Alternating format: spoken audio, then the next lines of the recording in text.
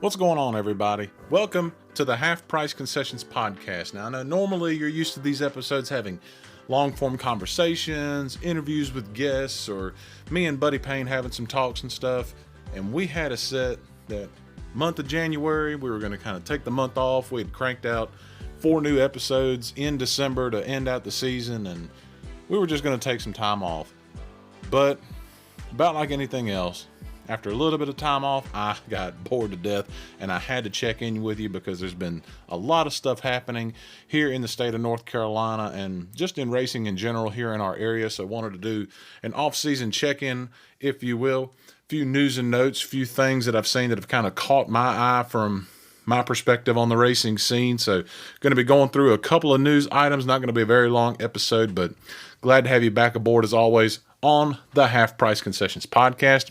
Want to remind you, make sure you hit the subscribe button on whatever app you're using to listen to the podcast. If it's Apple Podcasts, Spotify, Google Podcasts, TuneIn, Stitcher, YouTube, whatever you're using, hit subscribe. Give us a rating and review if you're on Apple Podcasts. That would really help us out a ton. On the other side of this break, we're going to jump right into it. Actually, you know what? We're not even going to take a daggum break. We're going to jump right into it with some big news that came, some big series of news items that have come out of the Solid Rock Carriers Cars Tour. It has been a busy couple of weeks for the premier touring division of asphalt late models and super late models here in the state of North Carolina, South Carolina, Virginia area. 3 big things coming out of the series. Number one, Cars Tour had announced that their season opener was going to be at the Rockingham Speedway on March the 6th. They were going to go do some tire tests, and it looks like from the results of those tire tests, they have decided to move what was going to be the season opener for Rockingham. It is being moved to the season finale on October 30th, and that's going to hopefully give Hoosier Racing Tire enough time to come up with a tire compound that they can make for everybody where the guys are going to actually be able to race at Rockingham Speedway. So I'm glad that even though the results of the initial tire test weren't too good, weren't going to make it where they were going to really be able to race at Rockingham Speedway, I'm glad that they're deciding, hey, let's just move this back till we got all our ducks in a row and we can actually put on a much better show. So I'm so glad. Thank you to Jack McNally and the folks from the Cars Tour, as well as the folks with Rockingham Speedway, not throwing in the towel, just saying, hey, let's put this toward later in the year when we've got the tire situation figured out, and also hopefully, fingers, toes, and eyes crossed, all that good stuff, hopefully by then we'll have some ease in restrictions and whatnot. It'll be maybe a little bit easier for folks to make it out to the racetrack and, you know, be able to sit in the stands and just enjoy a day of racing like we, used to back in the good old days of 2019. So looking forward to that. Still got that date scheduled. I don't care what's going on. If they have that race October 30th, I am going to the Rockingham Speedway to support not only the Solid Rock Carriers Cars Tour, not just to support Rockingham Speedway, but just to go see the place, have some action again. It's really good to see that any kind of effort is being made to save the old Speedway and put some kind of racing on it, because it definitely deserves some racing. So, with that March 6th date being opened, Cars Tour announced the other day they are going to have their season opener at the Dillon Motor Speedway, just across the state line in South Carolina, Ron Barfield's Dillon Motor Speedway, and I am so glad to see that. Ron Barfield and Dillon Motor Speedway, cream of the crop. There's a reason so many people speak positively and speak highly about Dillon Motor Speedway and the job that Ron does and their whole staff do, because it is an awesome racetrack. It's not too far of a drive for us here in the Piedmont of North Carolina. We can still get to it at a kind of reasonable time, maybe about a 2-hour drive or so it's not too bad, maybe a little bit more, just across the state line, and it is a track that puts on good racing. I remember going there for Pass South Super Late Model races, other kinds of races I've been able to go see there. It is an awesome place just to go watch a race. It's easy to get to. It's got good seating. The food's good. Got good bathrooms, all that good stuff. So glad to see Dillon Motor Speedway throw their name into the hat and get on the Cars Tour schedule for 2021. Another addition to the Solid Rock Carriers Car Tour schedule, May 22nd, going to the Caraway Speedway for the first time in Tour history. And I'm glad to see that, because in central North Carolina, really A Speedway was about the only track on the schedule. It kind of, for here in the Piedmont area, the Car Tour is never going to go to Bowman Gray Stadium or anything like that. So to see Caraway Speedway make it on there, I'm glad to see it. Darren Hackett, I worked for Darren a couple of years ago when they were doing the PRA Supers. Just glad to see them not only getting on the schedule for the fact that the Cars Tour is going to get to go to a track they've never been to, but just to see Darren making the effort, trying to bring in something that's a little different, because Caraway's mostly known for, their regular racing program and usually the modifieds. That's usually what you think about when you think of Caraway Speedway. So I'm glad to see that they were able to get the Cars Tour in there. It'll be interesting to see how the best in late model racing take to Caraway Speedway. It's obviously a very legendary track. A lot of big names have raced there and whatnot. So looking forward to that on May the 22nd. But I got to be honest, I'm a little surprised that Cars Tour is still giving the state of North Carolina a shot as much as they are. I know last year Hickory Motor Speedway was racing without fans most times. The races at Orange County were not able to be ran with the Cars Tour.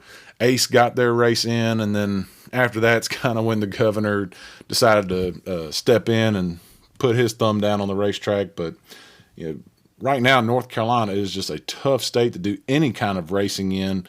If you're going to do racing in the state of North Carolina, you got to kind of follow the example of what Franklin County Speedway in Virginia did. You've got to fly a little bit more under the radar. You can't be too out loud and brash, because the state is looking to make an example out of anybody. Just ask A Speedway about that. So hoping, like I said, fingers, toes, and eyes crossed, hopefully by March, April, May, we're starting to see some ease in restrictions so these speedways and racetracks can operate a little bit closer to what they need. But I got to be honest. I'll be honest with you guys. I always try to be as honest as I can. I don't see them lifting any restrictions, and here's why. Regardless of how you feel about the situation, I don't care if you vote Democrat, Republican, Green Party, I really could care less. The facts as I see it are this.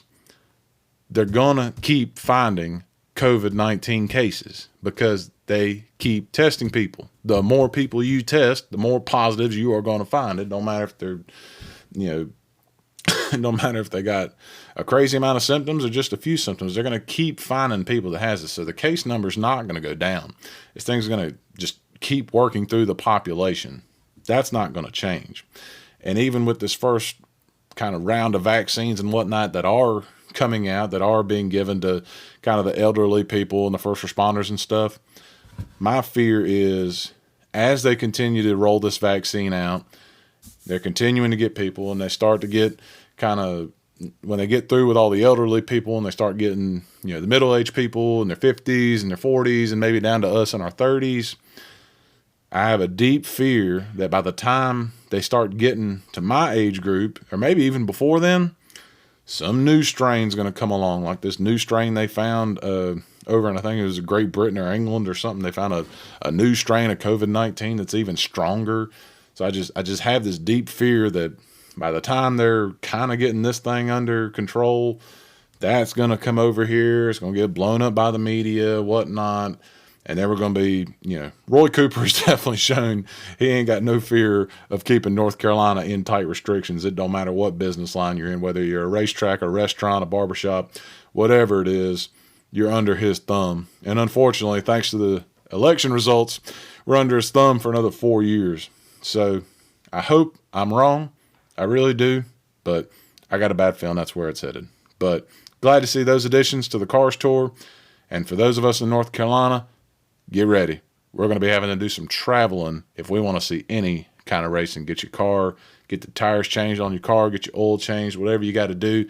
Be ready to travel to South Carolina, to Tennessee, maybe even to Georgia if you want to see a lot of racing on a regular basis that won't have as many restrictions. There will be some racing in the state of North Carolina. I'm supporting every racetrack I can in the state of North Carolina, but these restrictions are just super, super tough for them to operate in. I feel terrible for all these track operators that are just trying to get their places or venues to just get by.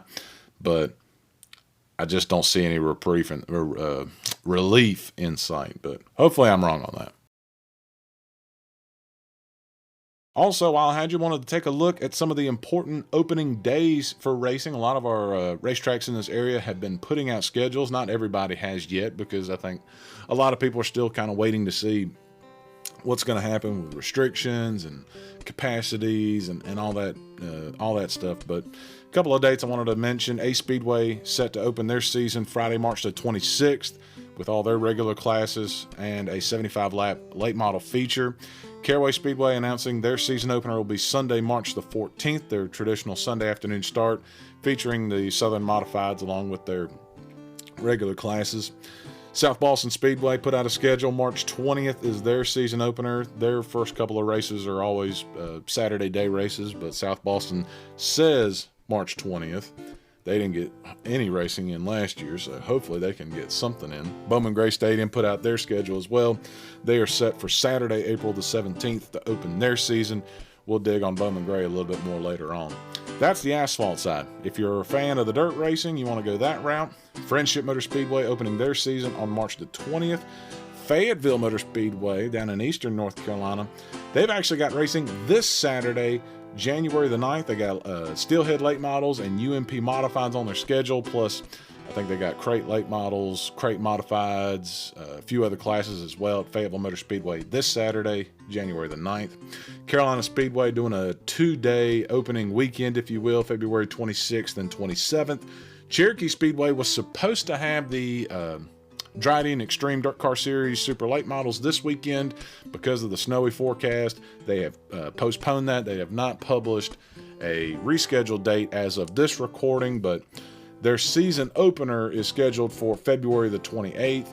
Depending on when they reschedule the Dryden Supers, we'll see. But February 28th is their traditional season opener, and then the next weekend will be their March Madness and the big money-paying super late model show that's typically on a Sunday afternoon at Cherokee Speedway. So that's a look at some of the opening days for racing coming up here in the state of North Carolina, here within a reasonable driving distance from right here in the Piedmont. Another piece of news that came across the Facebook, if you subscribe over on Facebook to Hickory Motor Speedway, they announced that Nick Bronson is their new tech director. If you've been to the Charlotte Motor Speedway for the summer shootout the last couple of years, you've probably noticed Nick as the flagman at the summer shootout. If you've been in and around the Solid Rock Carriers Cars Tour over the last couple of years, you've seen Nick Bronson working in the pits, working in pre-race tech, post-race tech, and also he had to flag a race a couple of years ago at Southern National Motorsports Park. He had to fill in for Brandon Willard when he had a kind of a health scare and kind of scared us all to death. But Nick Bronson, it's kind of cool to see someone younger being announced as a tech director at a racetrack. I don't know about you guys, but most of the time, most of these race officials that I see and I work with as I go to racetracks, both dirt and asphalt, they're usually older gentlemen, some ladies here and there, but they're usually older gentlemen, 40s, 50s, 60s, and whatnot. It's pretty darn cool to see someone as young as Nick Bronson being tapped as a tech director, and it's just good to see some younger folks getting in to the sport on the officiating side. There's plenty of young people that get into the sport on the racing side or on the pit crew side. I'm starting to see some younger people get into it on the announcer side. That's good. That's really good to see, because we definitely need more announcers. But really cool to see that. I've gotten to know Nick over the last couple of years, both through Charlotte and through the Solid Rock Carriers Cars Tour. Super awesome kid. I should say young man, not kid. Super awesome guy. Really, really smart as well. He has learned under some of the best in the business, and really glad to see Hickory Motor Speedway giving him a shot to be their tech director in 2021. And finally, one little shameless plug here on the Half Price Concessions podcast. We have a friend of the program, Keith Montgomery, that runs a business, Montgomery Performance Consulting, which does pull-down services for race cars, both dirt, asphalt, big cars, small cars, whatever it is. Keith will help your racing program go faster.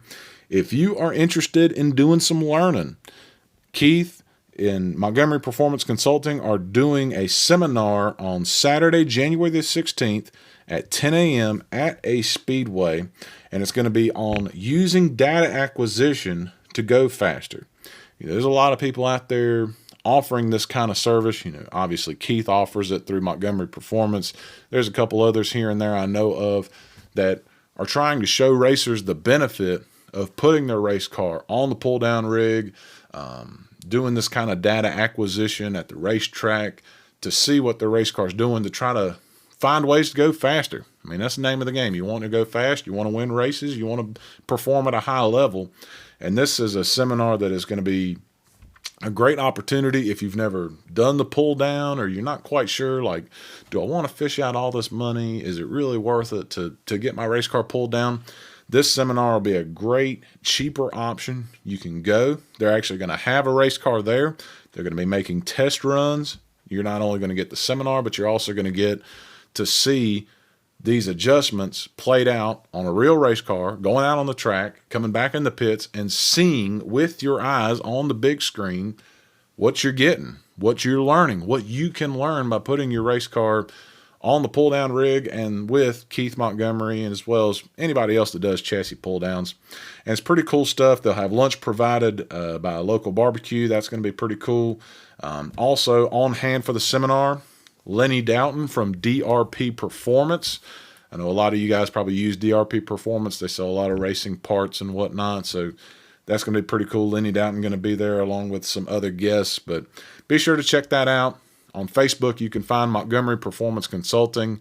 It's got full information on that, got cost, got phone numbers, all that good stuff you need to find. So if you want to go and do some learning, not just some twisting and turning and whatnot, to actually go do some learning, be sure to go check that out. Keith is a big friend of the program. We've gotten to go with him to do a couple of pull downs. He's been on 2 episodes of the Half Price Concessions podcast, so pretty cool. Make sure you go check that out on Montgomery Performance Consulting's Facebook page. And I think that'll do it. We'll go ahead and call it quits there. Thank you to everybody and anybody for listening to this episode.